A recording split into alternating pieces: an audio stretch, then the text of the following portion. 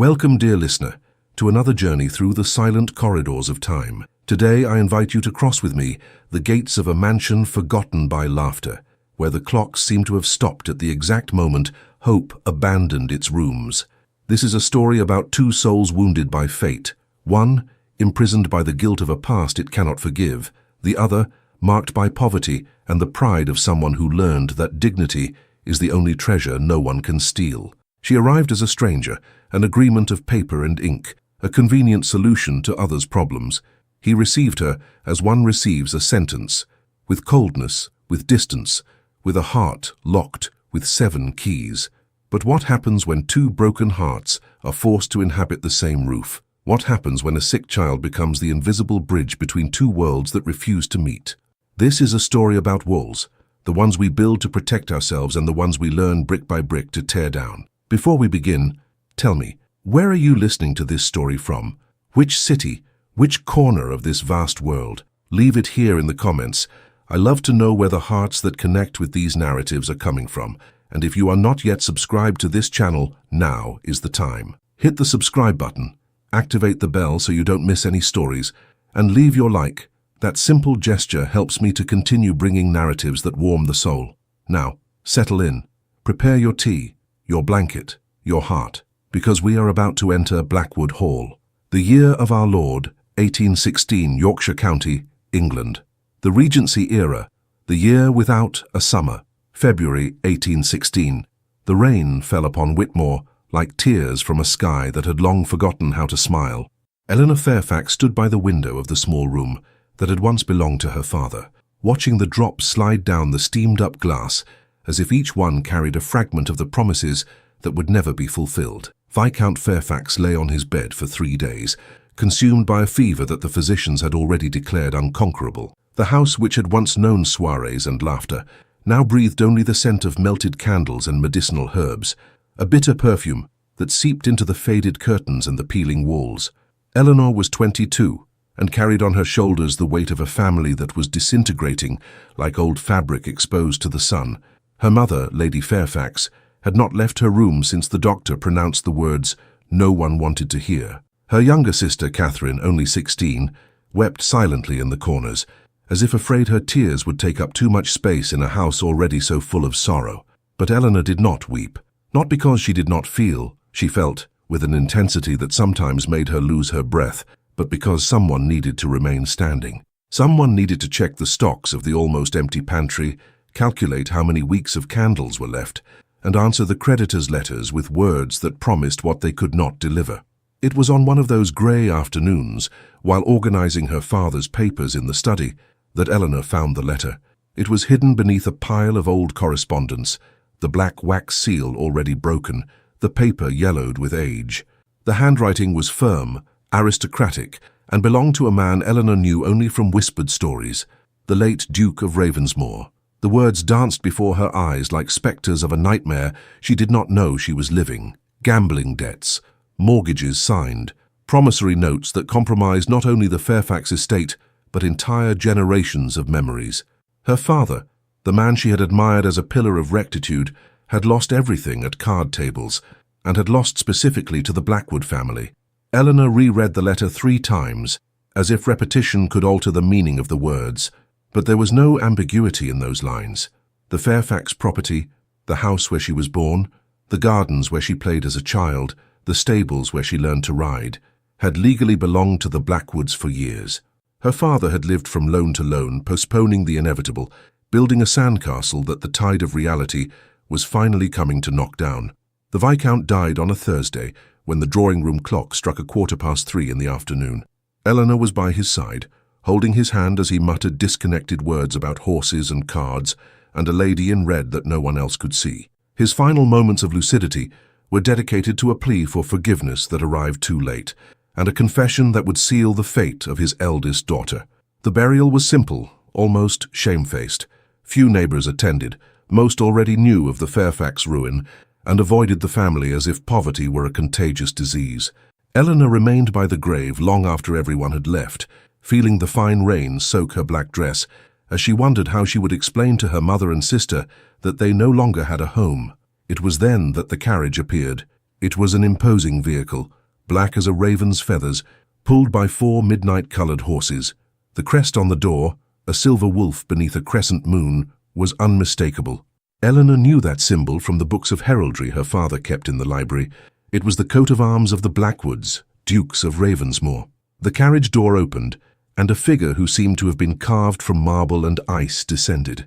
Lady Dorothea Blackwood was 58, but her bearing was that of a queen who had never learned to bow. Her grey hair was pulled back in a severe bun, and her eyes, a pale blue verging on grey, analysed Eleanor with the precision of a jeweller appraising a stone of dubious provenance.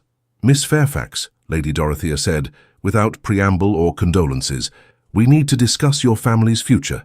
Tea was served in the drawing-room that had once been Lady Fairfax's pride. Now, with its mended curtains and chipped porcelain, it seemed only a melancholic echo of better times. Lady Dorothea did not touch the cup. Instead, she opened a leather folder and spread documents on the table like someone dealing cards in a game whose outcome is already decided. "Your property has belonged to us for exactly 4 years, the Dowager Duchess explained, without any inflection of triumph or pity. "Your father signed the papers on a January night, after losing a considerable fortune to my late husband. We allowed your family to remain here for reasons that are not relevant, but now—" Eleanor listened without interrupting, her fingers intertwined in her lap in a posture that concealed the trembling of her hands. Her mind quickly calculated the options, and all of them led to the same dead end. "Now," Lady Dorothea continued, "circumstances have changed. My son, the current Duke of Ravensmore, needs a wife, and I need guarantees for the future of the Blackwood line." The silence that followed was dense as winter fog. Eleanor felt the blood drain from her face as she understood, word by word, what this woman was proposing. "You are suggesting—" "I am offering," Lady Dorothea corrected, "a marriage. You become Duchess of Ravensmore. Your mother and sister receive a lifetime pension and remain in this house for as long as they wish. Your father's debts are forgiven. And you—" she paused almost theatrically, "you will have everything a woman of your position could ever dream of." Eleanor thought about refusing. She thought about lifting her chin and declaring that her dignity was not for sale. But then she looked out the window and saw Catherine in the garden, picking the last flowers from a bed that would soon no longer be theirs. She thought of her mother, consumed by grief, unable to face another loss. She thought of herself at 22, without a dowry, without prospects, without a single gentleman willing to marry her, now that her name was tainted by ruin. "And the Duke?" Eleanor asked, her voice firmer than she expected. "Has he agreed to this?" For a fraction of a second, something crossed Lady Dorothea's icy eyes, something that could be guilt or perhaps just annoyance at being questioned. "My son will do what is necessary for the family," the Duchess replied. "Just as you will." Eleanor lowered her eyes to the documents spread on the table. She saw her father's signatures trembling with shame and despair. She saw the numbers that represented years of carefully constructed lies, and she saw, with crystalline clarity, that there was no choice to be made, only a destiny to be accepted. "When will the wedding be?" she asked, her voice no more than a whisper. Lady Dorothea allowed herself a smile that did not reach her eyes. 3 weeks. Enough time for the necessary preparations. And so, on a February afternoon when the rain did not cease, Eleanor Fairfax sold her future to save her past, never imagining that, beyond the gates of Blackwood Hall, a man as much a prisoner as herself awaited her.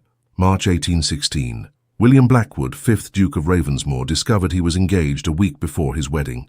The news reached him via a letter from his mother. Not a conversation, not a consultation, but a letter as cold and formal as a declaration of war. William was in his study when the butler brought the correspondence, and he remained seated for long minutes after reading it, the paper crumpled in his fingers, his gaze lost in the flames dancing in the fireplace.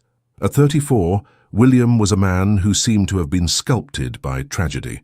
His dark hair, prematurely sprinkled with grey at the temples, framed noble features hardened by suffering. His eyes, a deep green like the woods of Blackwood Hall at the height of summer, rarely showed any emotion beyond a controlled melancholy. He walked through the corridors of his own mansion like a ghost, present but untouchable, visible but distant. Charlotte. The name echoed in his mind like a bell that refuses to stop ringing. 3 years had passed since the typhus fever had taken her, but for William the wound remained as fresh as the day he woke up next to a cold body. He had forbidden her from visiting the village poor. He knew the risks. He knew the diseases that proliferated in those miserable hovels. But Charlotte was made of compassion and stubbornness in equal measure, and her kindness had been her sentence. Since then, William had shut himself off like a book no one else was allowed to read. He had retreated from the London balls, the hunts with friends, the social obligations his title demanded. He spent his days between the study and the library, managing properties that gave him no pleasure, making decisions that did not interest him, existing without truly living. And now his mother had decided it was time to replace Charlotte.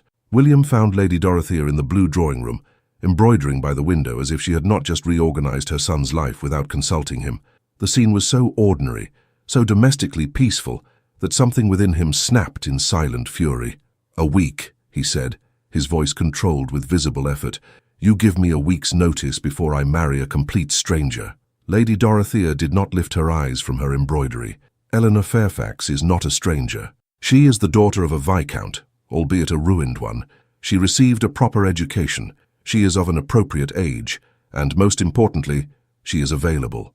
Available? William spat the word out as if it tasted bitter. Like a horse at auction. Don't be dramatic, William. The Duchess finally raised her gaze, and there was a hardness in it that her son knew well. You need a spare heir. George is weak. He always has been, ever since he was born early. The doctors make no guarantees, and if he... She paused deliberately. If something happens, who inherits the dukedom? Frederick. His cousin's name cut through the air like a blade. Captain Frederick Ashworth was everything William despised in a person. Ambitious, disingenuous, incapable of any genuine affection.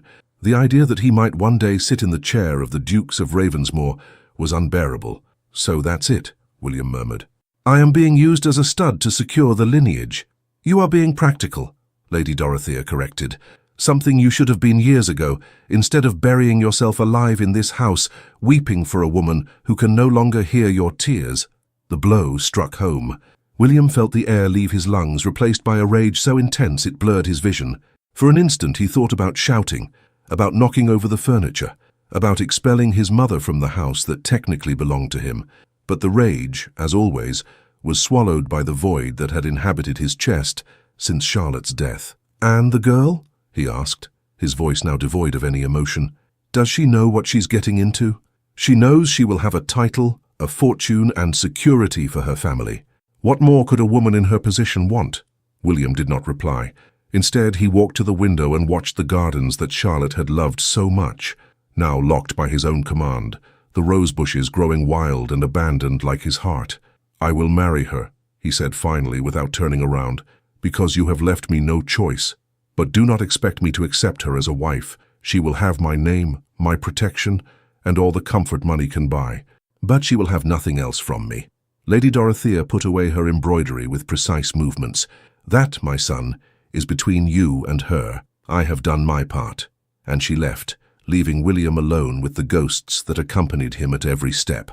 That night, William climbed to the 3rd floor for the first time in weeks.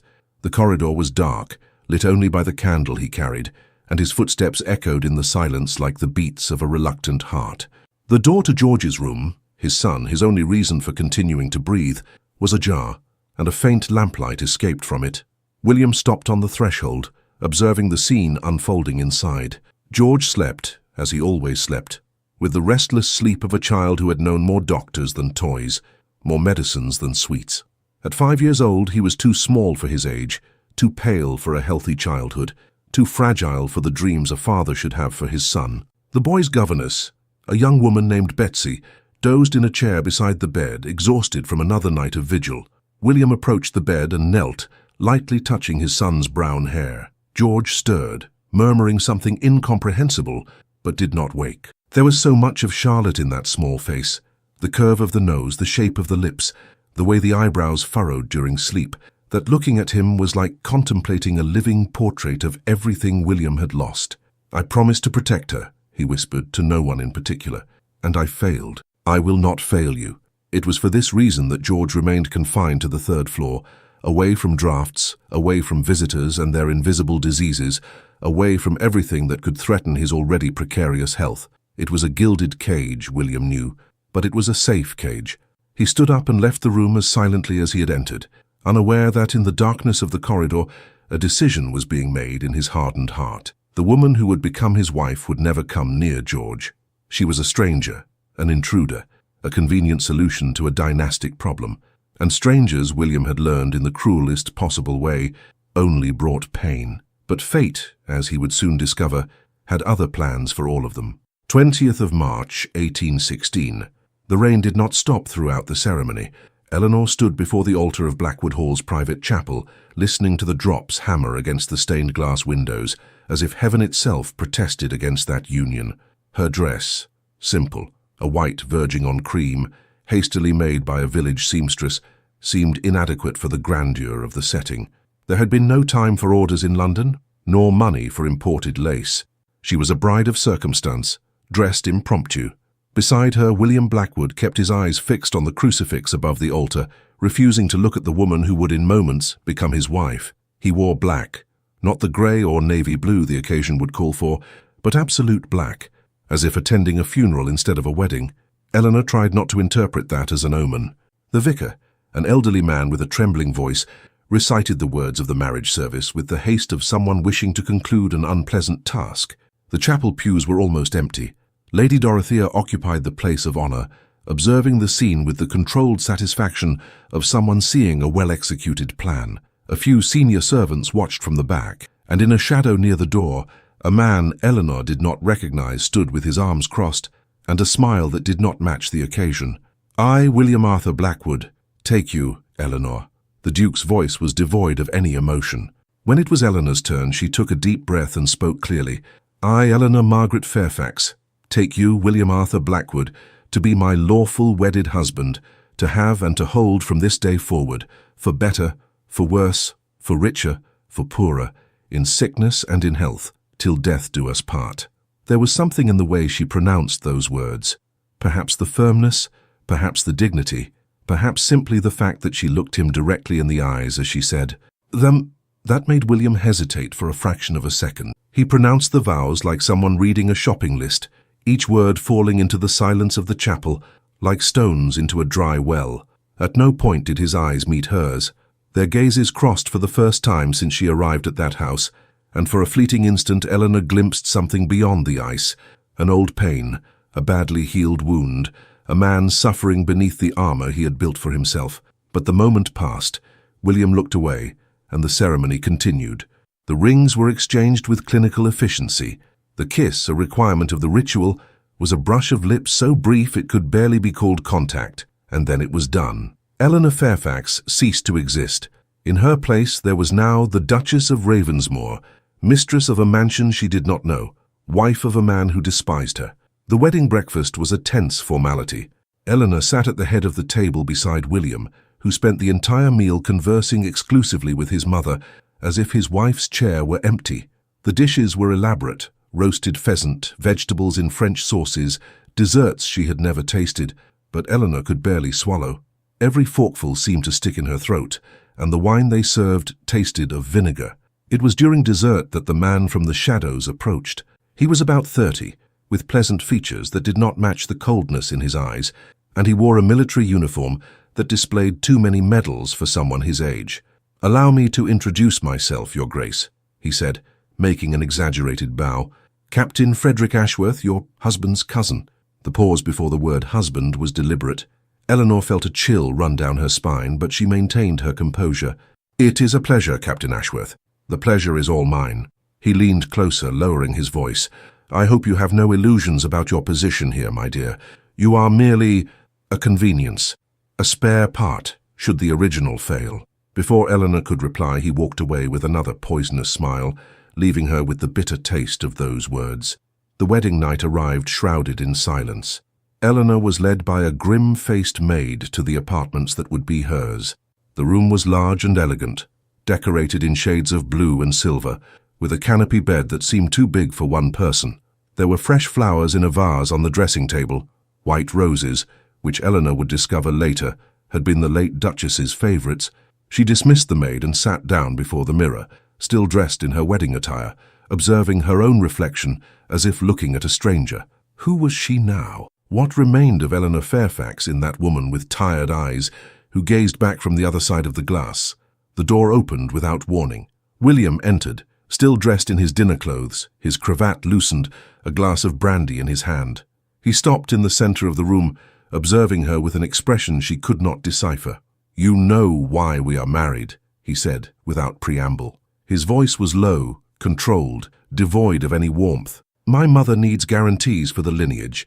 My son is fragile, and I need a spare heir." Eleanor remained silent, waiting. "You will have everything a duchess deserves," William continued. "Clothes, jewels, servants, a generous allowance. You will have access to most of the rooms in this house. You will be treated with the respect due to your title." He paused, taking a long drink of the brandy. "But you will not have a husband." The words hung in the air like smoke from a snuffed-out candle. Eleanor felt something within her contract, not from surprise because she expected something like this, but from a sadness that had no name. "I understand," she said finally. Her voice was firmer than she expected. "And the spare heir that your mother so desires." A muscle twitched in William's jaw. "When it is necessary, I will fulfill my obligation, but expect no more than that. Expect no affection, companionship, or any pretense of intimacy. You are my wife before the law and the church. Nothing more." He walked to the door, stopping with his hand on the knob. "Good night, Your Grace." And he left, leaving Eleanor alone with the silence and the white roses and the empty promises of a life she had not chosen. That night, for the first time since her father's death, Eleanor wept. She wept softly, her face buried in the pillow that smelled of lavender and loneliness, until sleep finally found her.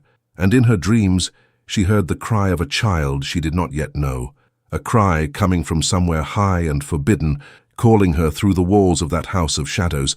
But this she did not yet know. April 1816. The first days at Blackwood Hall taught Eleanor a truth that books never mentioned. There were many ways to be a prisoner, and not all of them involved bars. The mansion was a labyrinth of silent corridors and closed doors, of servants who avoided her gaze and protocols that no one bothered to explain. Eleanor quickly learned that her position was that of a tolerated intruder, present but not belonging, respected for the title but despised for the circumstance. Mrs. Agnes Holt, the housekeeper, was the personification of this veiled hostility. A woman of 50, grey hair pulled into an impeccable bun, and eyes that seemed to register every fault, every hesitation, every proof that the new Duchess was not worthy of her post. She had served Charlotte since she arrived at Blackwood Hall as a bride, and her loyalty to the late Duchess's memory was an insurmountable fortress. "Tea is served at 4 o'clock sharp in the yellow drawing-room, Your Grace," Mrs. Holt informed her on one of the first mornings, the title pronounced with a reverence that sounded almost like insult. "The previous Duchess preferred Earl Grey with lemon. Am I to assume Your Grace has the same tastes?" Eleanor understood the trap. Whichever her answer, it would be wrong. If she accepted, she would be a pale imitation of Charlotte. If she refused, she would be rejecting the house's traditions. "I shall take Darjeeling, Mrs. Holt. No lemon." A flicker of something, surprise, disapproval, crossed the housekeeper's face before being quickly suppressed. "As you wish, Your Grace." And so the days went on, a succession of small battles fought in silence, where every choice Eleanor made was measured against an invisible standard she could never reach. The chair she sat in the salon was the wrong one. The way she held her cup was inadequate. The dress she chose for dinner was interesting, a word Mrs. Holt pronounced as if describing a particularly ugly insect. Lady Dorothea, for her part, had turned correction into a refined art. She did not criticize openly. That would be too vulgar for a woman of her position. Instead, she offered suggestions with the delicacy of someone driving pins into fine fabric. "Perhaps, my dear, it would be more appropriate to use the fish fork for the fish," she commented during a dinner, without lifting her eyes from her own plate. "I know the conventions can be confusing for those who have not had adequate opportunities for learning." Eleanor swallowed the retort burning in her throat. She knew the rules of etiquette as well as any lady in society. Her father, despite all his flaws, had ensured his daughters received an exemplary education. But defending herself would be admitting that the provocations affected her, and this she refused to do. The servants were more subtle in their hostility. Conversations ceased when Eleanor entered a room. Whispers followed her down the corridors like persistent shadows. "The replacement," she once heard, as she passed an ajar door. "She will never be like Lady Charlotte." Only Betsy, the young governess on the 3rd floor whom Eleanor did not yet know, offered genuine smiles when their paths crossed. But these encounters were rare. The third floor remained forbidden to the new Duchess, a rule no one had condescended to explain. William was a phantom presence. Eleanor saw him at meals, where he occupied the head of the table like a marble statue, answering direct questions with monosyllables and ignoring any attempt at conversation. Occasionally, they crossed paths in the corridors, and he greeted her with a nod so brief it could have been a spasm. Other than that, it was as if she did not exist. The nights were the worst. Eleanor remained in her large empty room, listening to the sounds of the house settling down for sleep, creaking of old wood, distant footsteps of servants, the occasional hoot of an owl in the gardens. William's room was at the end of the corridor. She knew because she had asked a maid who had flushed furiously before answering, but the door remained closed, and no sound crossed it. It was on one of those sleepless nights that Eleanor began to hear the crying. It was a faint sound, almost imperceptible beneath the silence of the house, but unmistakable. A child crying somewhere above. The third floor, the forbidden floor. On the first night, Eleanor convinced herself it was imagination, an echo of her own thoughts perhaps, or the wind playing in the old pipes. On the second night, she sat in bed for hours, straining her ears, until the sound ceased and sleep overcame her. On the third night, she could no longer ignore it. She threw a robe over her nightgown and lit a candle, venturing into the dark corridor. The house slept, but Blackwood Hall was never truly silent. There was always a murmur of life, as if the walls breathed. Eleanor climbed the main staircase to the second floor, where the family apartments were, and searched for the narrower staircase that led to the third. She found it at the end of a corridor that smelled of disuse. The steps creaked beneath her bare feet, and the candle projected dancing shadows on the walls of faded wallpaper. The third floor seemed another world, colder, quieter, more laden with something Eleanor could not name. The crying came from a door at the end of the corridor. She approached slowly, her heart beating against her ribs like a caged bird. The door was ajar, and a faint lamplight escaped through the crack. Eleanor pushed the wood with trembling fingers and looked inside. The room was large, decorated with children's furniture that had known better days. There were toys scattered on the floor, lead soldiers, wooden horses, a teddy bear with a missing eye, but all covered with a thin layer of dust, as if no one had touched them for a long time. And in the center of a canopy bed, huddled among white pillows, was a child, a boy. He could not have been more than 5 years old, although he looked smaller, so small, so pale, so terribly fragile. His brown hair was disheveled, and his eyes, green like his father's, Eleanor realized with a start, were red from weeping. When he saw her, the boy did not scream or hide. Instead, he looked at her with an expression of tired curiosity, as if night visits were something he had already given up hoping for. "Are you an angel?" he asked, his voice hoarse from sleep and tears. "Mama said the angels would come for me when it was time." Something broke inside Eleanor. Not from surprise. She already suspected William had a son, although no one had mentioned the child in her presence, but from a compassion so intense that it hurt. This boy, this little prisoner of a dusty room, believed she had come to announce his death. "No," she said softly, entering the room and kneeling beside the bed. "I am not an angel. I am Eleanor." The boy furrowed his brows, processing the information. "Papa's new wife?" "Yes." "Why are you here?" Eleanor smiled, although her heart ached. "Because I heard you crying, and I thought perhaps you needed company." The boy, George she knew now, it had to be George, considered this for a moment. Then slowly, he extended his small hand and touched Eleanor's hair, as if verifying she was real. "Can you stay?" he asked, in a voice so small it was almost lost in the silence. "Just for a little bit?" Eleanor felt her eyes sting with tears she did not shed. "I can stay as long as you want." And she stayed. She sat on the edge of the bed and told stories invented on the spot, of knights and dragons, of princes who found treasure in unexpected places, of children who discovered magical gardens hidden behind secret doors. George listened with wide eyes, and gradually his breathing calmed, and his eyelids grew heavy, until sleep finally found him. Eleanor remained there for a few more minutes, watching the boy sleep. His chest rose and fell with difficulty, as if every breath were a small battle, and occasionally he coughed, a dry cough that spoke of lungs that had never been strong. When she finally stood up to leave, she found Betsy standing in the doorway, looking at her with a mixture of fear and gratitude. "Don't tell anyone," Eleanor whispered. "Please." Betsy hesitated, then nodded. "He never smiles." the governess said softly, but now he was smiling as he slept.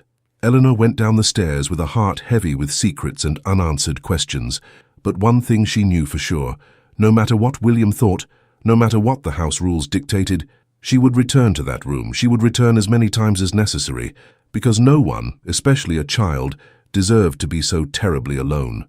Métis, June 1816. The visits began as furtive transgressions and gradually transformed into sacred rituals. Every night, after the house plunged into silence, Eleanor climbed the narrow stairs to the 3rd floor. She carried with her smuggled treasures, illustrated books from the library that no one noticed missing, biscuits stolen from the kitchen when the cook wasn't looking, paper and colored pencils she had found in a forgotten drawer, small offerings for a small prisoner. George waited for her awake, his green eyes shining in the gloom like fireflies in the darkness. There was no more crying, at least not on the nights she came. Instead, there were questions, an infinity of questions that accumulated in the mind of a child isolated from the world. What are real horses like? I've only seen drawings. What makes the stars shine? Grandma said they are angels, but you said you aren't an angel, so maybe they aren't. Why does the rain fall down and not up? Eleanor answered everything with infinite patience, even when she didn't know the answers. And on those occasions, she invented theories that made George laugh, a sound so rare and precious that she stored it in her memory like someone saving gold coins. As the weeks passed, other secrets were shared. Eleanor discovered that George loved pirate stories, but was afraid of thunder. That his favorite toy was a small wooden horse named Bramble, which Charlotte had made with her own hands before she died. That he remembered his mother only in fragments, a perfume of roses, a voice singing lullabies, warm arms that held him when the fever rose. "Papa says I can't leave the room because I'll get sick," George confided one night, his voice filled with a resignation that did not match his 5 years. "He says it's dangerous outside, that people can die." Eleanor felt a knot form in her throat. "Your father only wants to protect you," she said, choosing her words carefully. He loves you very much. Then why does he never come to see me?" The question hung in the air like dust in a sunbeam. Eleanor had no answer, at least not one that made sense to a child. Betsy became her silent ally. The young governess of 20 had a round face and brown eyes that conveyed a simple, uncomplicated kindness. She had cared for George since he was born prematurely, on a stormy night 3 years before Charlotte's death, and loved him with the devotion of a second mother. "The Duke forbade visits," Betsy explained in a whisper, as the two watched George play with the lead soldiers. "After the mistress died, he changed. He had her garden locked, dismissed most of the servants, and George—" She swallowed hard. "George was forbidden to leave this floor. Doctors can come in. I can come in. No one else." "But he is just a child," Eleanor protested. "He needs fresh air, sun—" "I know," Betsy's voice trembled. "But the Duke is afraid. So afraid of losing him too that he ended up losing him in another way." Eleanor thought of William, the man with empty eyes who ignored her at meals, who walked through the corridors like a ghost of himself. She had hated him in these first months, hated his coldness, his contempt, his ability to make her invisible with a mere turning away of his gaze. But now, hearing about the prison he had built for his own son, she felt something different, something that felt painfully like understanding. Fear, she realized, could be as destructive as cruelty, perhaps more so. It was in June, on a hesitant afternoon of sunshine, that Eleanor made a decision that would change everything. George was too pale that week, paler than usual, with dark circles under his eyes and a cough that wouldn't go away. Betsy applied poultices and gave him herbal infusions, but nothing seemed to help. The child was fading, not from illness but from loneliness, from lack of air, from lack of life. "Betsy," Eleanor said in a tone that brooked no argument, "tomorrow morning we are taking George to the garden." The governess paled. "Your Grace, the Duke forbade—" "I know what the Duke forbade, but look at him." She pointed to George, who was trying to draw a bird he had never seen outside of books. "He is dying in here, not from fever or cough, but from emptiness. If we don't do something, we will lose him anyway." Betsy hesitated, her eyes full of a conflict Eleanor knew well, the fear of disobedience against the greater fear of doing nothing. "The Duchess's garden," she finally whispered. "The walled garden. It's the most sheltered. If we go very early before the house wakes up." "Then we will go very early." And they did. The next morning dawned with a pearl sky and a silence that seemed to hold secrets. Eleanor went down to the third floor when the first rays of sun were just beginning to gild the curtains, and found George already dressed, his eyes shining with an excitement she had never seen in him before. "Are we really going outside?" he asked, his voice trembling with anticipation. "We are. But it has to be our secret, all right?" George nodded solemnly, placing a finger over his lips.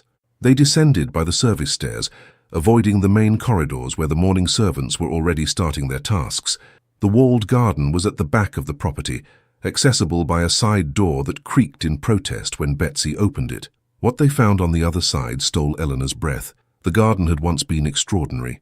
It was still possible to see the vestiges of its former glory. Beds designed in elegant curves, a small ornamental pond covered with algae, moss-stained stone benches, a pergola where climbing roses had grown wild and uncontrolled.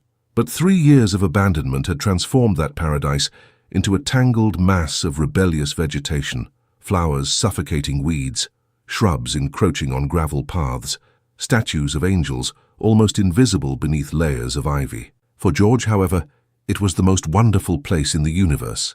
He stood still for a moment, his eyes wide, trying to absorb everything at once. The impossible green of the leaves, the blue of the sky above his head, the scent of the roses that insisted on blooming despite the neglect. Then slowly, like someone testing the reality of a dream, he took a step forward. "It's real," he whispered. "It's all real." And he began to laugh. It was a weak, rusty laugh from disuse, but genuine. George ran, or tried to run with his fragile legs that barely knew movement, to the nearest flower bed and knelt in the damp earth, plunging his hands into the soil as if embracing the world. Eleanor felt tears stream silently down her face as she watched him. Betsy, beside her, wept without disguise. "He has never," the governess began. "In 5 years he has never—" "I know." They remained in the garden for almost an hour. George picked flowers. Daisies, roses, a handful of aromatic herbs Eleanor identified as lavender, and arranged them in a clumsy bouquet, which he presented to her with the solemnity of a knight offering tribute to his lady. "For you," he said, "because you brought me here." Eleanor accepted the flowers with trembling hands. "It is the most beautiful gift I have ever received." They were about to go back inside when Eleanor sensed it, a presence, a weight in the air that was not there before. She turned slowly, already knowing what she would find. William stood by the garden gate, still in his dressing gown, his hair disheveled, his eyes fixed on the scene before him with an expression she could not decipher. Fear, anger, something else. George saw him at the same instant and froze, the flowers falling from his small hands. "Papa!" The silence that followed was dense as honey, suffocating as fog. Eleanor waited for the explosion, the shouts, the accusations, the punishment that would surely come. She prepared herself to defend her actions, to argue that what she had done was necessary, to face the fury of a man she barely knew. But the explosion did not come. William looked at his son, really looked perhaps for the first time in months. He saw the cheeks flushed with sunshine, the eyes bright with joy, the dirt under the fingernails that proved he had finally touched the world outside. And he saw, too, the flowers scattered on the ground, red roses that Charlotte had planted with her own hands, which bloomed year after year even without anyone to care for them. Something moved on his face, a crack in the mask of ice, a pain so old and so deep that it seemed bottomless. Eleanor held her breath. William opened his mouth as if to speak. He closed it, opened it again, and then, without a single word, he turned and walked away. George began to cry, not from fear, but from a disappointment that children should not know. Eleanor wrapped him in her arms and whispered words of comfort that meant nothing, while Betsy led them back inside.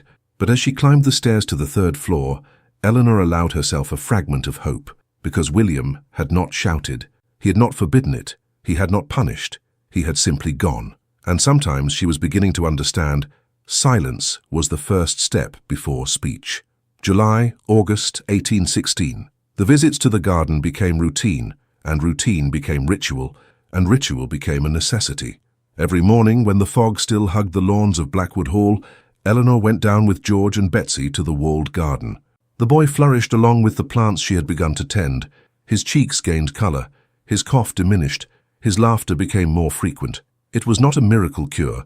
George was still fragile, still tired easily, still had days when a low fever kept him in bed, but it was progress. It was life where before there had only been existence. William did not accompany them, but Eleanor realized that he also did not prevent them. Sometimes out of the corner of her eye, she caught a shadow at the library window, a figure watching without being seen, guarding without approaching. Other times, she found things on the stairs that were not there before. A new blanket in George's room, toys that did not look like they had been bought by his grandmother, a book of bird engravings that mysteriously appeared on the boy's bedside table. Small gestures, whispers of a love that did not know how to express itself. It was Betsy who finally told Eleanor the complete story of Charlotte. It happened on a particularly warm August afternoon, while George dozed under the shade of an old apple tree that had miraculously survived the garden's abandonment. The two women were sitting on a stone bench watching the butterflies dance among the flowers when Betsy began to speak, slowly at first, then with the urgency of someone carrying a secret, too heavy. Lady Charlotte did not die in childbirth, she said, her eyes fixed on a distant point. Everyone thinks so because the Duke never talks about it. But that's not how it was. Eleanor remained silent, waiting. George was born early, only 7 months. The doctors said he wouldn't survive the night. Lady Charlotte almost died too. She lost so much blood she was between life and death for weeks. But both survived. George, against all expectations, and the mistress, although she never fully recovered. Betsy paused, picking a daisy and twirling it between her fingers. She loved this garden. She spent hours here, even when she was too weak to walk. The servants carried her in a wheelchair, and she sat right where we are now, watching the flowers grow. She said it was her little piece of paradise. What happened? Eleanor asked, although she suspected she already knew. The typhus. The word came out as a sigh. There was an outbreak in the village, in the workers' homes, the poorest ones. Lady Charlotte, she couldn't stand by knowing there were sick children, families dying of hunger and fever while she had so much. She started visiting. She took food, medicine, money from her own pocket. And the Duke, Betsy shook her head. He forbade it. He begged, ordered, threatened.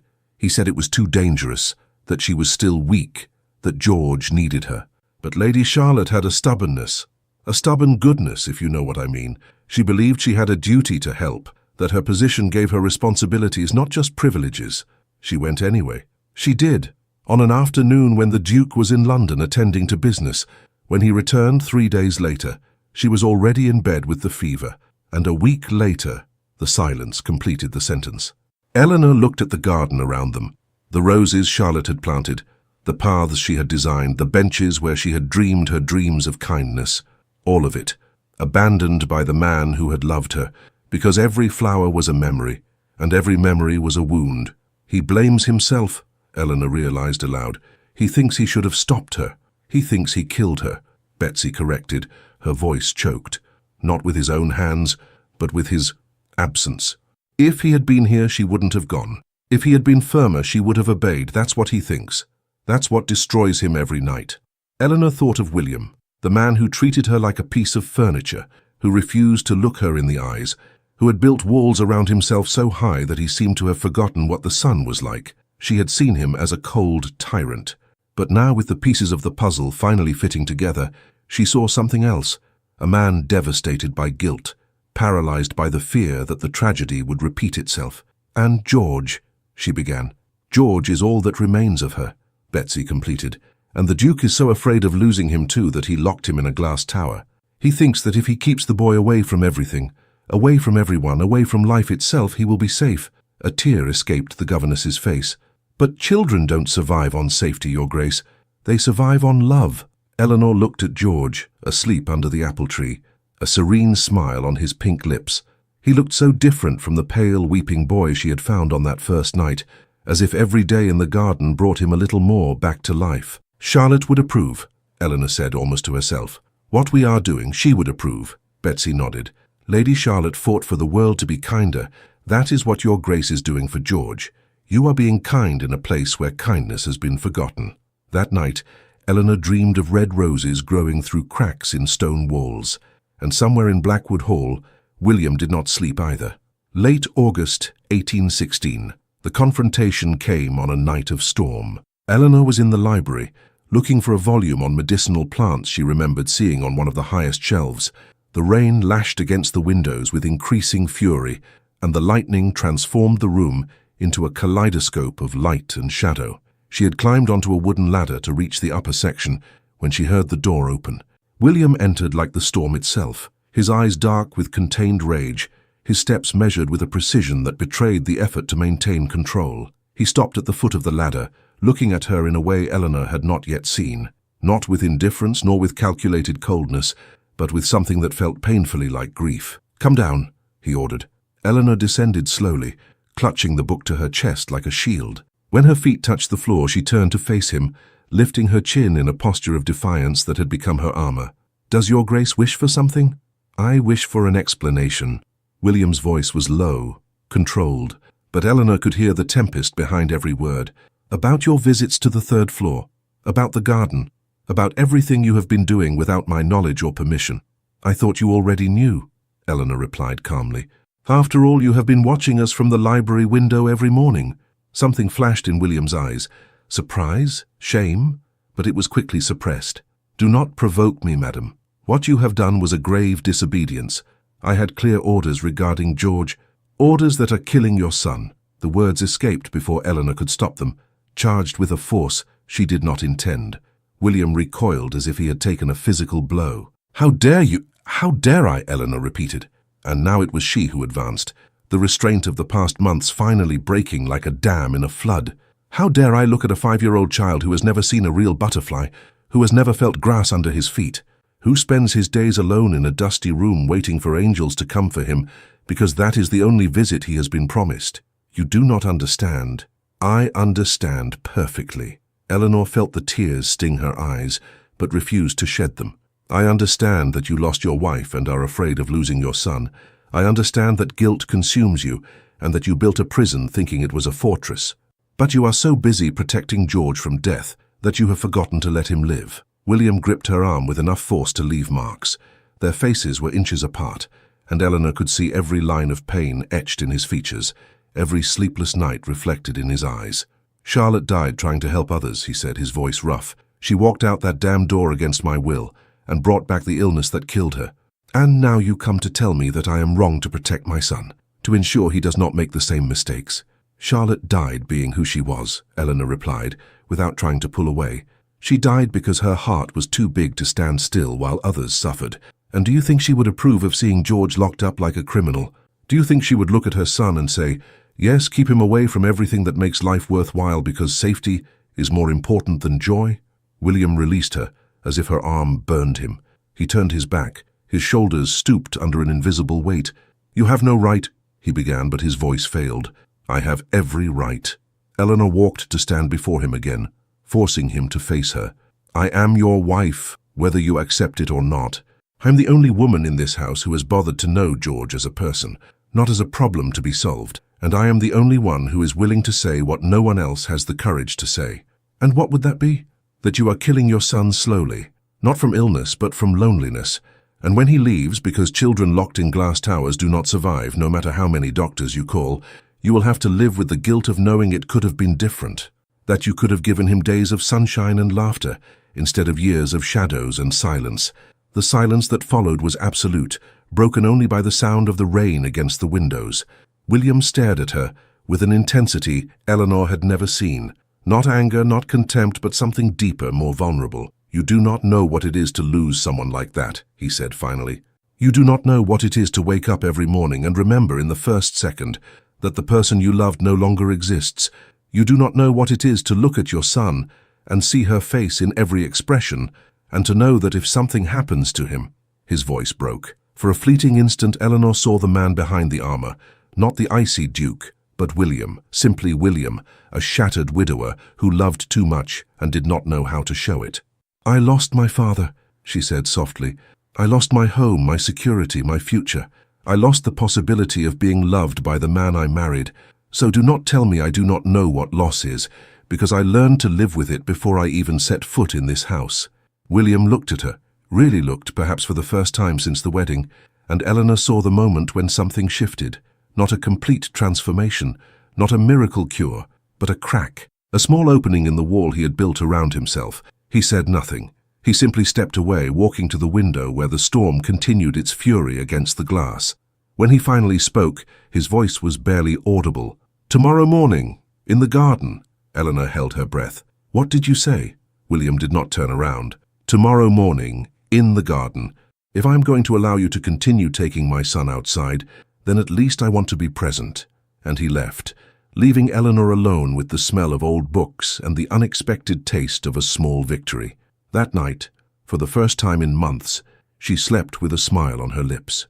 15th of September, 1816. Autumn arrived at Blackwood Hall with a mantle of golden leaves and a silence that seemed to hold its breath, awaiting something no one could name. The weeks that followed the confrontation in the library saw subtle, almost imperceptible changes.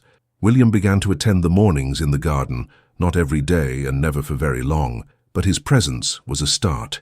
He sat on a stone bench, watching George play among the flowers, with an expression Eleanor could not completely decipher. There was pain there, yes, but also something that looked like cautious hope. Father and son did not talk much. George was still too shy around the man who had spent years being a distant figure, and William seemed to have forgotten how to communicate with a child. But there were moments, brief as the flicker of a firefly, when their eyes met, and something silent passed between them. Eleanor watched from afar, tending the garden that was slowly re-emerging from its abandonment.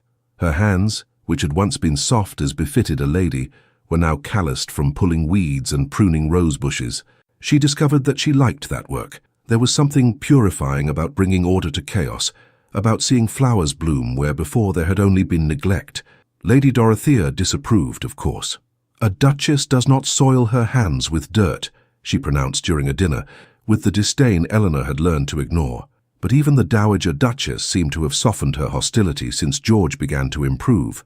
The boy now came down to the drawing room occasionally, and hearing his laughter echo through the silent corridors was a sound no one could completely despise. Mrs. Holt remained the same, efficient, professional, icy.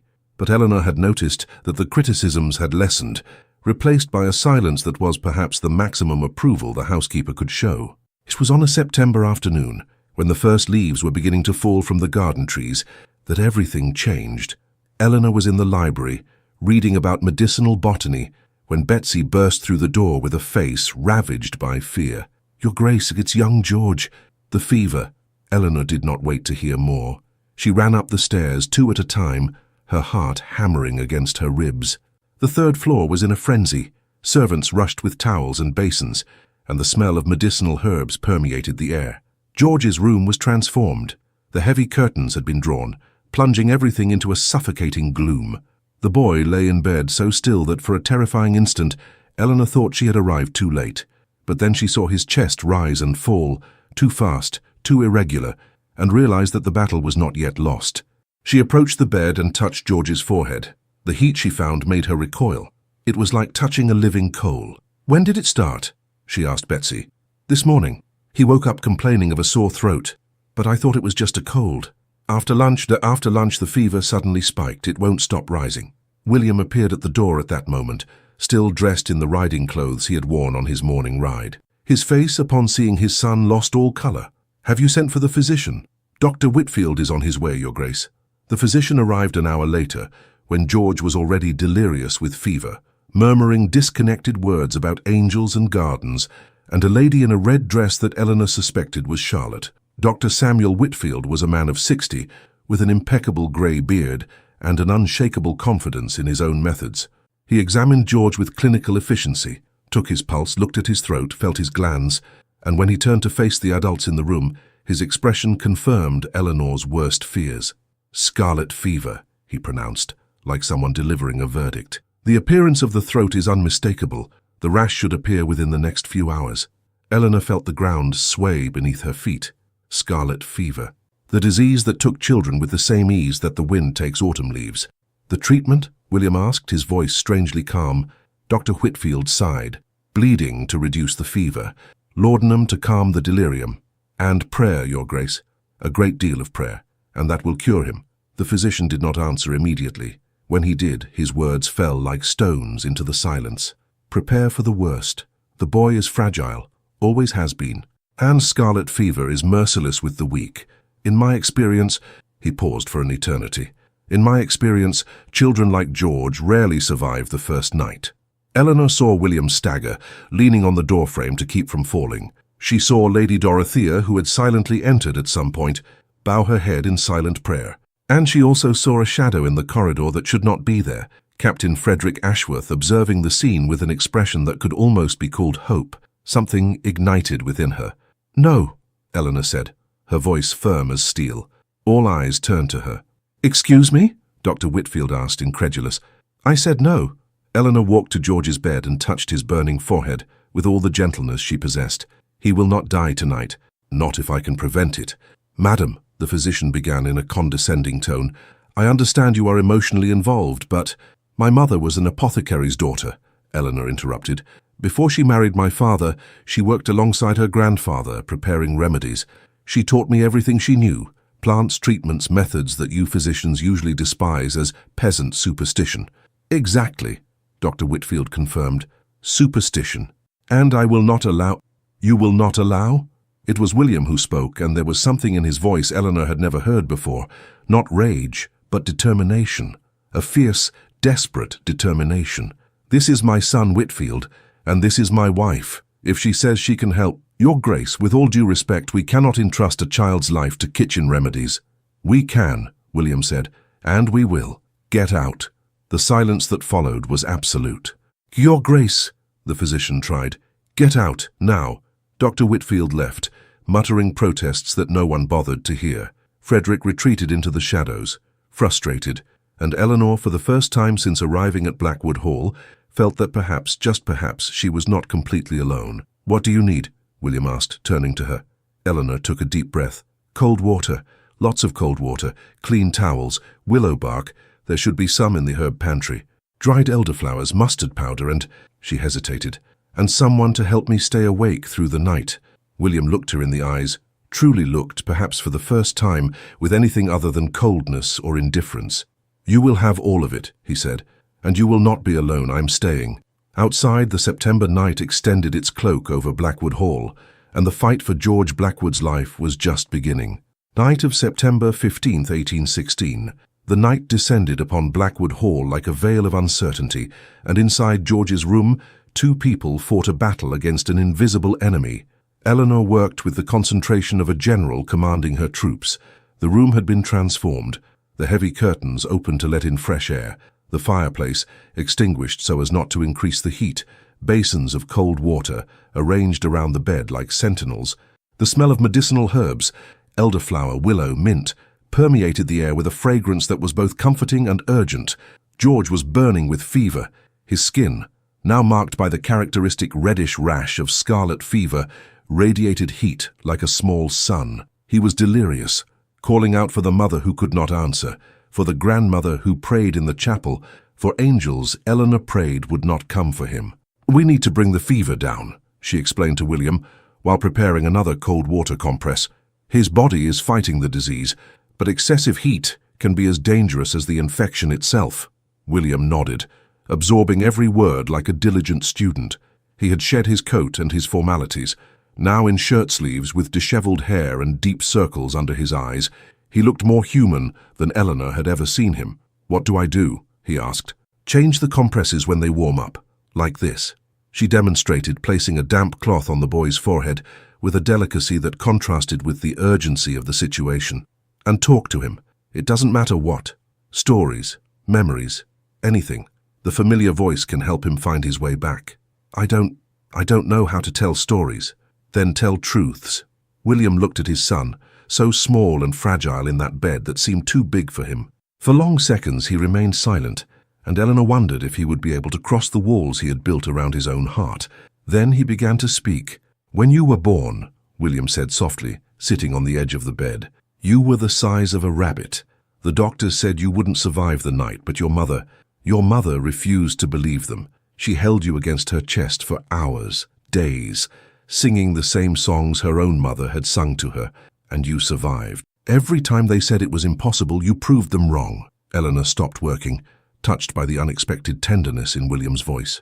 "Charlotte stayed awake for an entire week," he continued. "I begged her to rest, but she said you needed to feel her warmth, hear her voice, that it was the only medicine that truly mattered." A painful pause. She was right, as she always was. George stirred, murmuring something unintelligible. William reached for his son's small hand and held it, as if in that gesture he could transfer his own life force. "I made so many mistakes, George, so many. After your mother left, I didn't know how to go on. I didn't know how to be a father without her by my side. So I did the only thing that seemed to make sense. I built walls. Walls to protect you from everything that could hurt you." His voice cracked. "But I ended up hurting you anyway, in ways I couldn't even see." Eleanor felt tears stream down her face, but she did not wipe them away. There was something sacred about that moment, a confession that was not meant for her, but which she witnessed as a silent guardian. "If you wake up," William whispered, "I promise it will be different. I promise I will let you run in the gardens and climb trees and do all the dangerous things that children should do. I promise I will be there to watch, not hidden behind windows but by your side." Betsy came in bringing more cold water and fresh willow bark. She looked at the scene.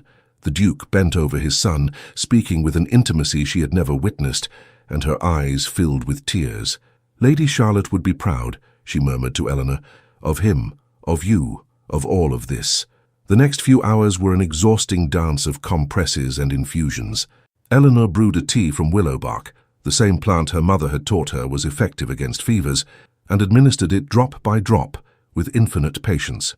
She applied mustard plasters to George's chest to help with his increasingly difficult breathing. She gave him tepid baths when the temperature rose too high and covered him with light blankets when the chills came. William remained by her side the entire time, obeying her instructions without question, learning to change compresses and administer tea as if nothing else in the world mattered. And perhaps, Eleanor thought, nothing else did matter. Midnight came and went. 1 o'clock. 2. Outside, a full moon poured its silver light over the sleeping gardens, and Eleanor imagined Charlotte somewhere among the stars, watching, waiting, rooting for them. Around 3 in the morning, George had a crisis. The fever spiked again, and his small body began to shake with convulsions that seemed to break him from within. Eleanor acted by instinct, turning him onto his side to prevent him from choking, applying cold compresses to his neck and armpits, speaking in a calm tone that belied the panic she felt. "Hold him," she instructed William, gently but firmly. "He needs to feel safe." William obeyed, wrapping his son in his arms as if he could protect him from all harm with the strength of his will. And perhaps he could, Eleanor thought. Perhaps love was the most powerful remedy of all. The convulsions ceased as suddenly as they began. George relaxed in his father's arms, his breathing still difficult but regular, and when Eleanor touched his forehead, she felt something that made her heart leap. The temperature was starting to drop. "It's working," she whispered, barely daring to believe it. "The fever is breaking." William looked at her with eyes bright with unshed tears. What do we do now?" "We continue. The night is not over." "But—" Eleanor allowed herself an exhausted smile. "But I think he's fighting back." They continued their vigil side by side. Two people who had been strangers and who now shared something deeper than words could express. And as the longest night of their lives dragged on toward dawn, something new was being born in the shadows of Blackwood Hall. Something fragile, uncertain, but terribly alive. Morning of September 16th, 1816.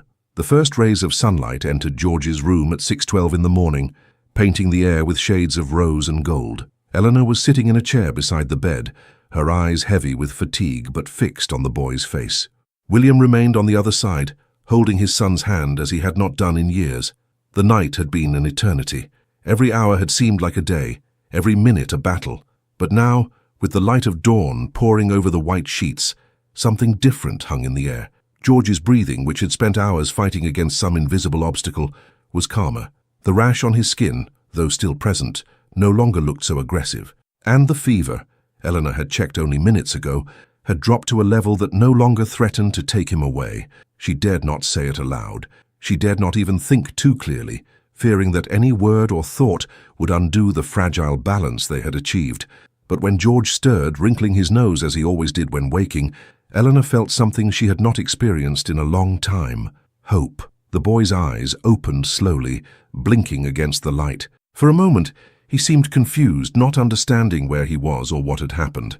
Then his gaze met William's, and his voice, hoarse, weak, but unmistakably alive, broke the silence. "Papa, I'm thirsty." William let out a sound that was somewhere between a laugh and a sob. His hands trembled as he reached for the glass of water on the bedside table, and Eleanor helped him support George's head so he could drink. "I'm here," William said, his voice choked. "I'm here, son. I'm here." George drank a few sips, then looked around again with that childish curiosity that the illness had not managed to completely extinguish. "Eleanor is here too," he observed, a weak smile appearing on his cracked lips. "Did you tell me stories?" "I did," Eleanor said, feeling the tears stream freely now. "I told you all the stories I knew, and I invented some new ones just for you." "The pirate ones?" "Especially the pirate ones." George nodded, seemingly satisfied with the answer. Then his eyes began to grow heavy again, the healing sleep calling him back. "Papa," he murmured before drifting off, "will you be here when I wake up?" William swallowed hard. "I will," he promised. "I will be here. Always." And George slept. Not the agitated sleep of fever, but the deep, peaceful sleep of a child who knows he is safe. For long minutes, neither Eleanor nor William moved. They remained there, one on each side of the bed, listening to the boy's regular breathing, absorbing the reality that he had survived, that all of them had survived. Then William lifted his eyes and looked at Eleanor, truly looked, as he had never looked before. And in that gaze she saw everything he could not say, gratitude, admiration, something that could be the beginning of something much greater. "Thank you," he said, the word coming out heavy as gold. Eleanor shook her head. "I didn't do anything that anyone—" "You did everything." He stood up slowly, walking around the bed until he stood before her. "You entered this house as a stranger and treated my son as if he were your own.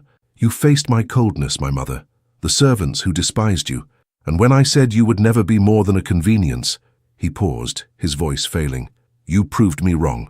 About everything." Eleanor tried to respond, but before she could find the words, her eyes closed against her will. The exhaustion of the last hours had finally caught up to her, pouring over her like a wave that could no longer be contained. She felt her legs give way, felt the world spin, and then she felt arms around her, preventing her from falling. When she woke up hours later, she was in her own bed, covered with a soft duvet she didn't remember seeing before. There was a vase of fresh flowers on her bedside table, red roses from Charlotte's garden, and a note written in an elegant script she did not yet know. "Rest. You saved more than one child tonight." It was unsigned.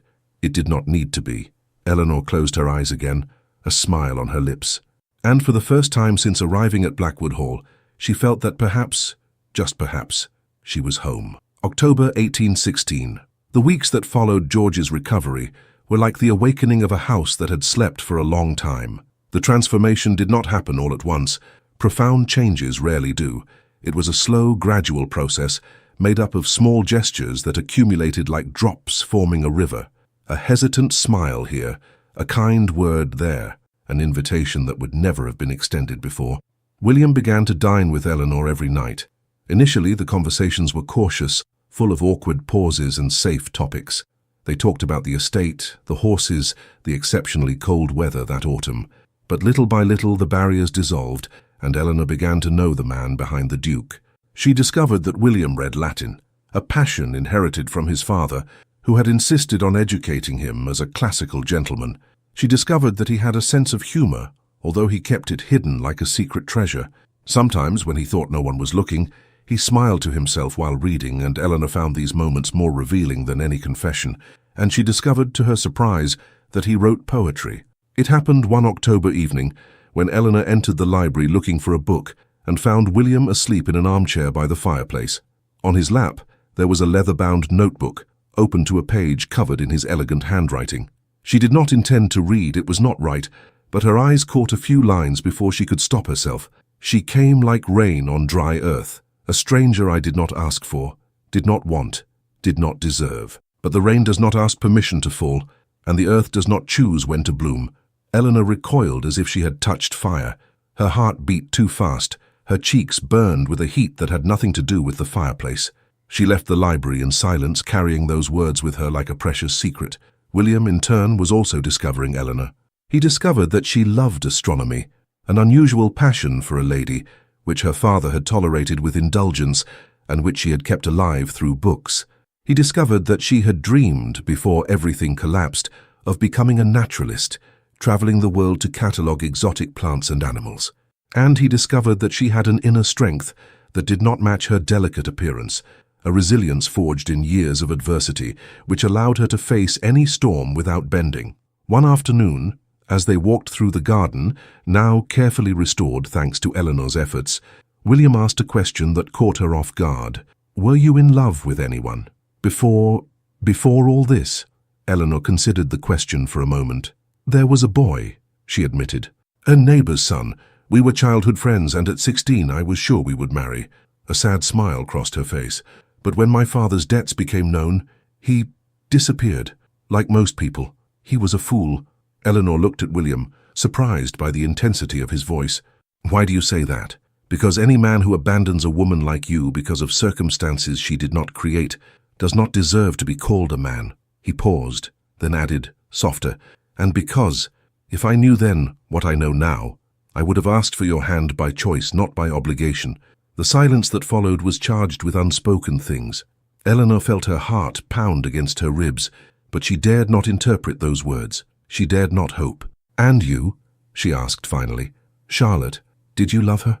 William stopped walking, his eyes fixed on a rosebush that was beginning to lose its petals. "I loved her," he said slowly. "But I was not in love with her. Our marriage was arranged, just like ours. Charlotte was kind, gentle, admirable in every way. I respected her deeply. But that love the poets describe, that makes the world spin slower and colors seem brighter." He turned to face her. "I had never felt that. Not until—" The sentence hung in the air, unfinished. Eleanor held her breath. "Not until—" William opened his mouth to reply. But at that moment, George came running down the gravel path, pursued by Bramble, the puppy Eleanor had given him for his birthday. "Papa, Eleanor, look, Bramble learned to fetch." The moment dissolved like a soap bubble. William smiled at his son, and Eleanor swallowed the questions burning in her throat. But that night, as she tried to sleep, she repeated those words in her mind, savoring them like someone tasting a rare wine. Not until her, perhaps. For the first time since arriving at Blackwood Hall, Eleanor allowed herself to dream of a future that included something more than survival. November 1816. Happiness, Eleanor would learn, always comes with shadows. The shadow, in this case, had a name: Captain Frederick Ashworth. Frederick had remained silent since George's recovery, a silence Eleanor had interpreted as resignation, but which was in fact only strategy. With the boy healthy and the possibility of additional heirs becoming increasingly real, Frederick saw his inheritance slipping through his fingers like water. The campaign began in London. Eleanor did not know immediately. The news took weeks to reach Yorkshire, but when it arrived, it came like poison poured into a silver chalice. Witchcraft was the word circulating in society's salons. The new Duchess of Ravensmore practices witchcraft. The rumors were elaborate, cruel, designed to destroy. Eleanor had bewitched the Duke with demonic potions. She had cured George using pagan rituals. She was the daughter of a gypsy healer, not a respectable viscount. Mrs. Holt was the one who brought the news to Eleanor, and there was something in her face that could be interpreted as sympathy, or perhaps just morbid fascination. "It's in all the gossip papers, Your Grace," the housekeeper said, handing her a pile of publications. "Captain Ashworth has given interviews to at least 3 of them." Eleanor read the articles with fingers trembling with anger. The lies were so absurd they bordered on the ridiculous, but she knew how society worked. Truth mattered less than perception, and once a rumor took flight, it was almost impossible to contain it. "What is happening here?" William appeared at the drawing-room door, still dressed in riding clothes. He took one of the newspapers from Eleanor's hands and read it in silence, his face hardening with every line. "Frederick," he said finally, the word coming out like a growl.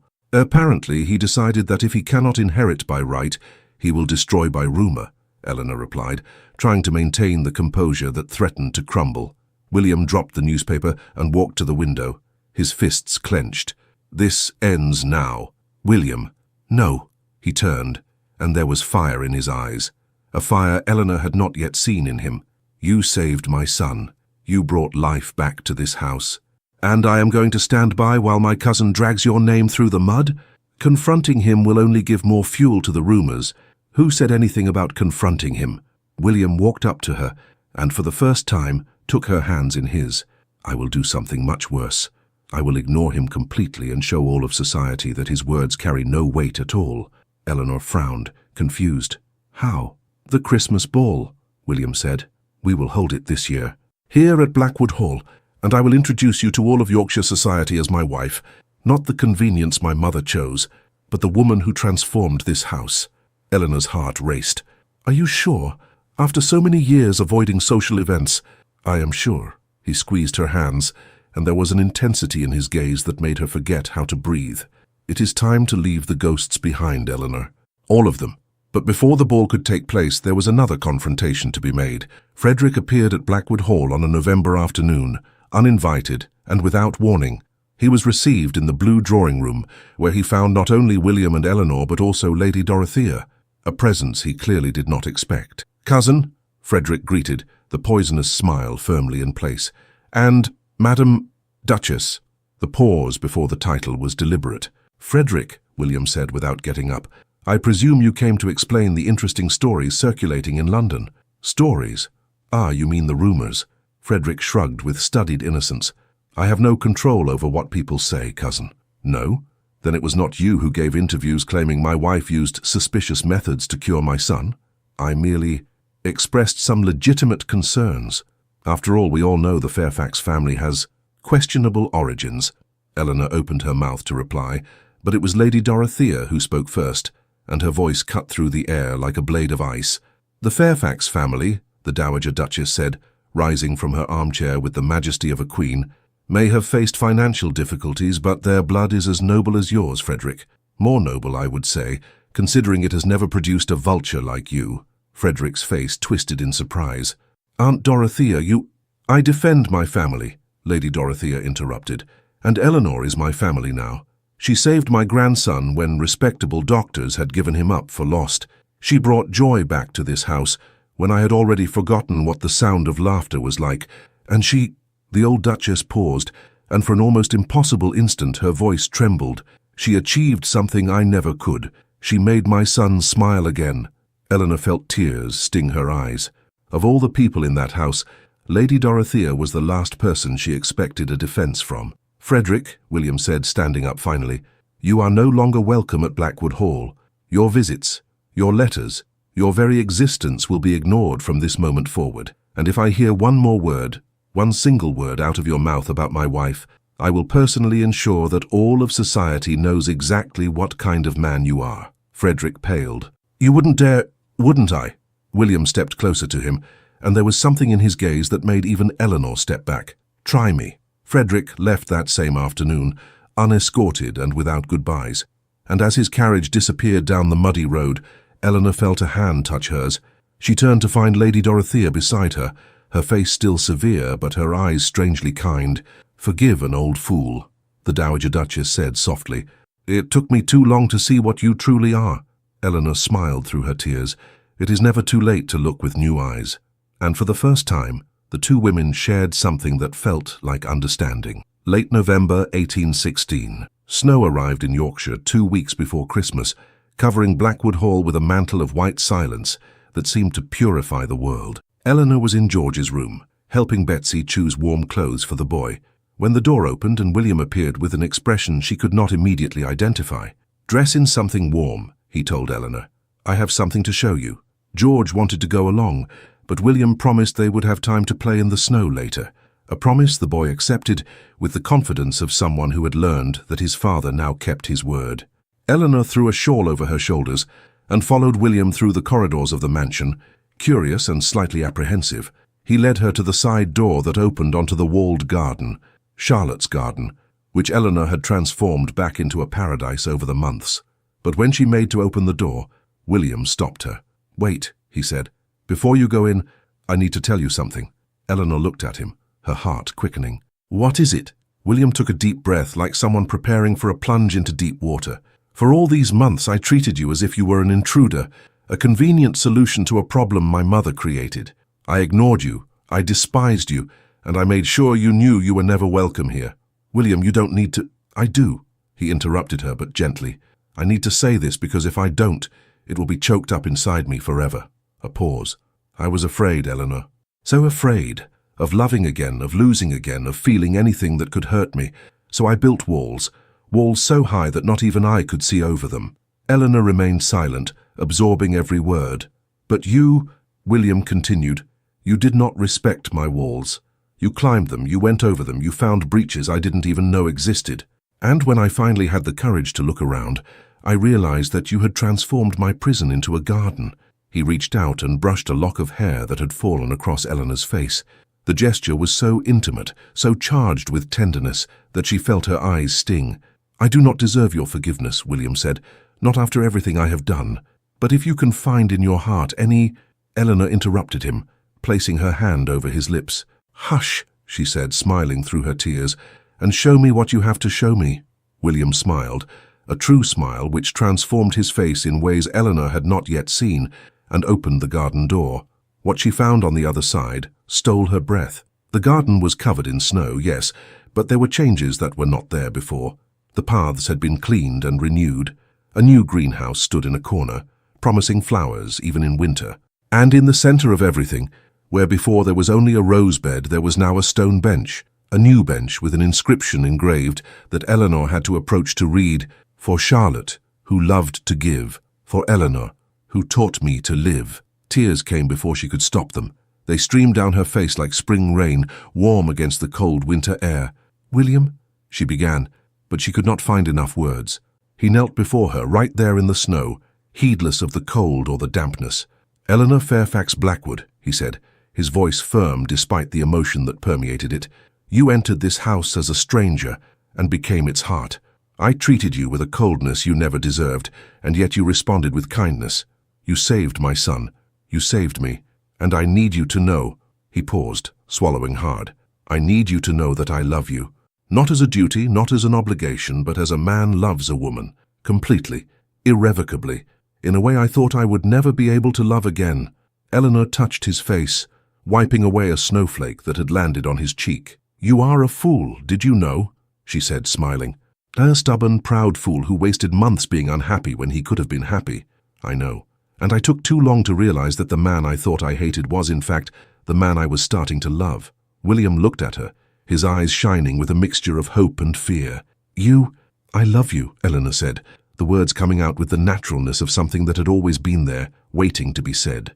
"God help me, because you are annoying, reserved, and have a terrible habit of making decisions without consulting anyone.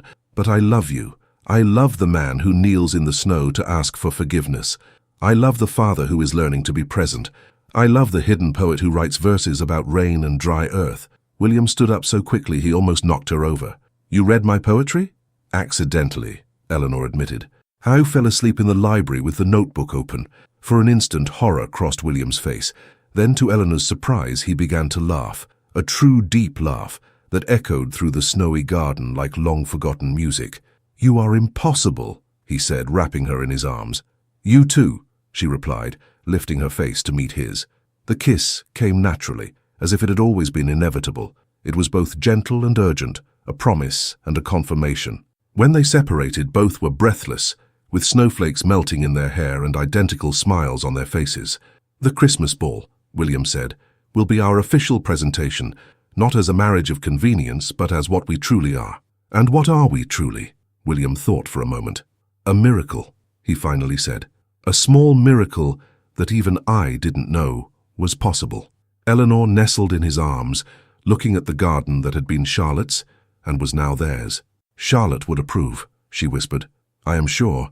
"I think so too," William agreed. "I think she would approve very much."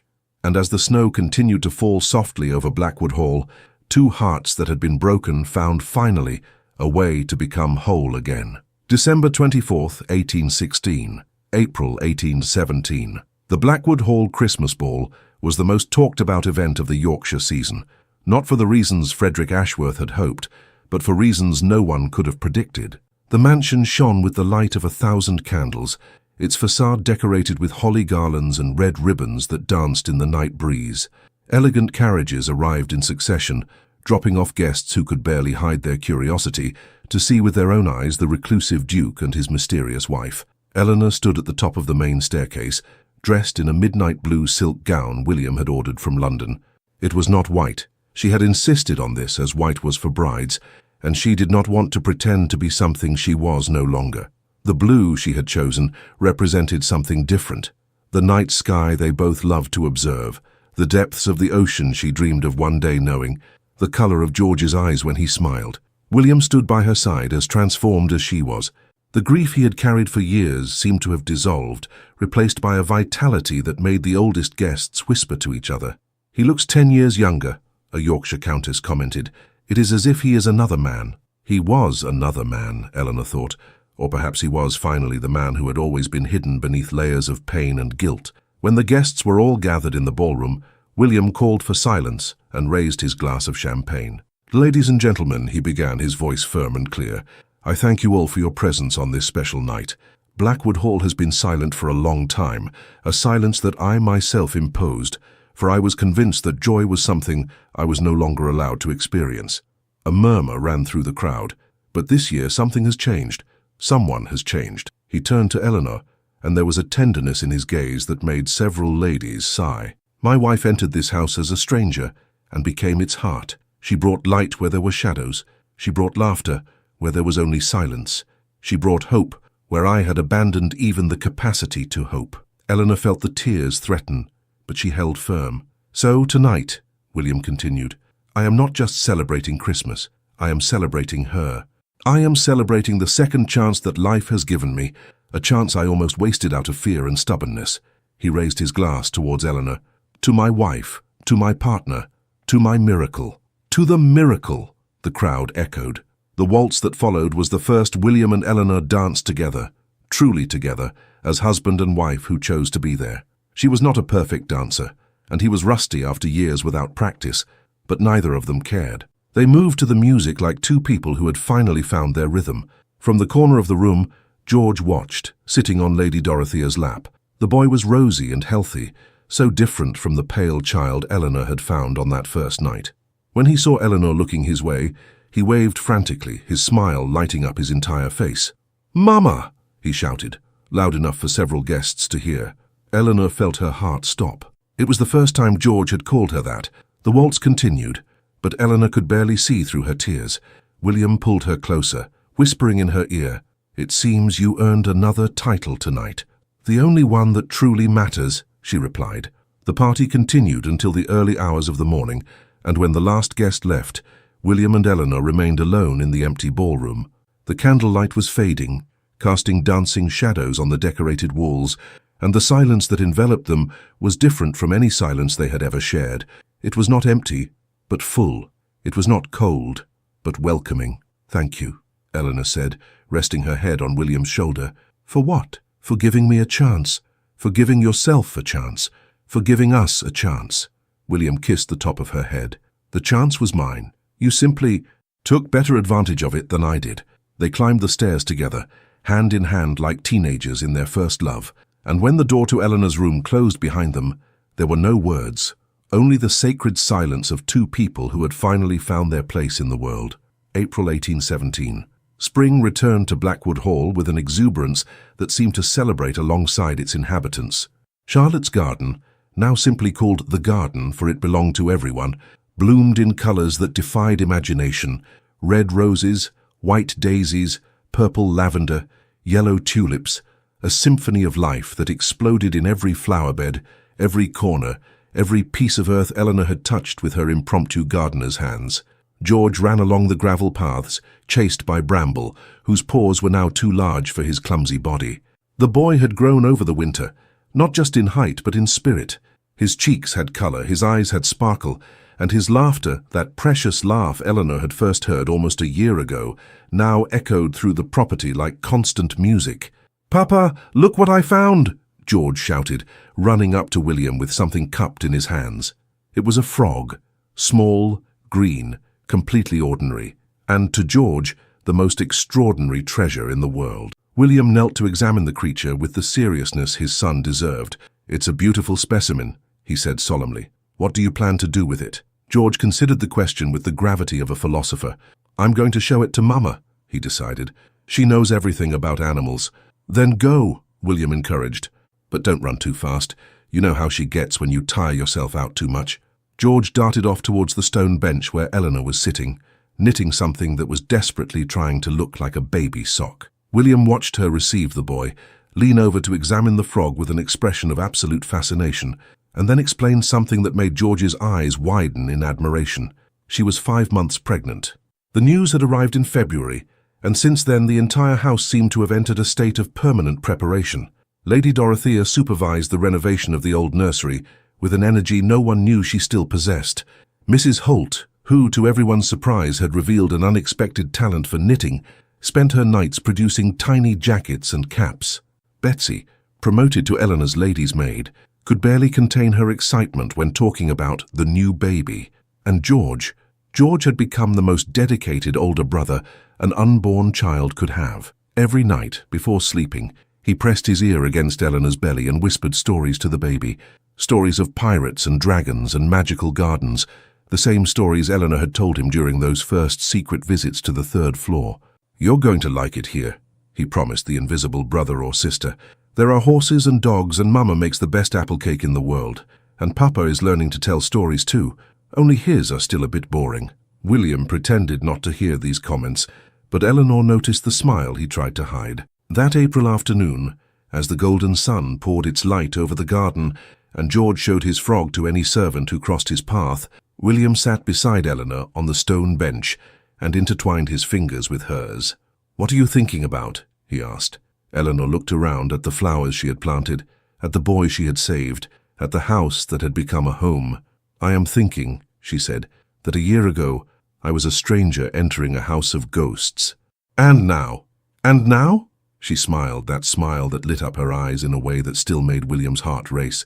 "Now I have a family, a real family, and that," she squeezed his hand, "that is more than I ever dared to dream of." William leaned in and kissed her, a soft kiss, laden with promises and gratitude, and something they had both learned to call by name. "Love, you saved me," he whispered against her lips. "You saved all of us." "We saved ourselves," Eleanor corrected. "Together." Across the garden, George had freed the frog and was now chasing butterflies with Bramble, his laughter blending with the birdsong. Lady Dorothea watched from the drawing-room window, a discreet smile on her usually severe lips. Mrs. Holt passed with a tray of lemonade, stopping to comment on how beautiful the garden was this year. And in the house that had been a mausoleum, where the clocks seemed to have stopped at the instant hope abandoned it, life pulsed again, fragile, imperfect, infinitely precious.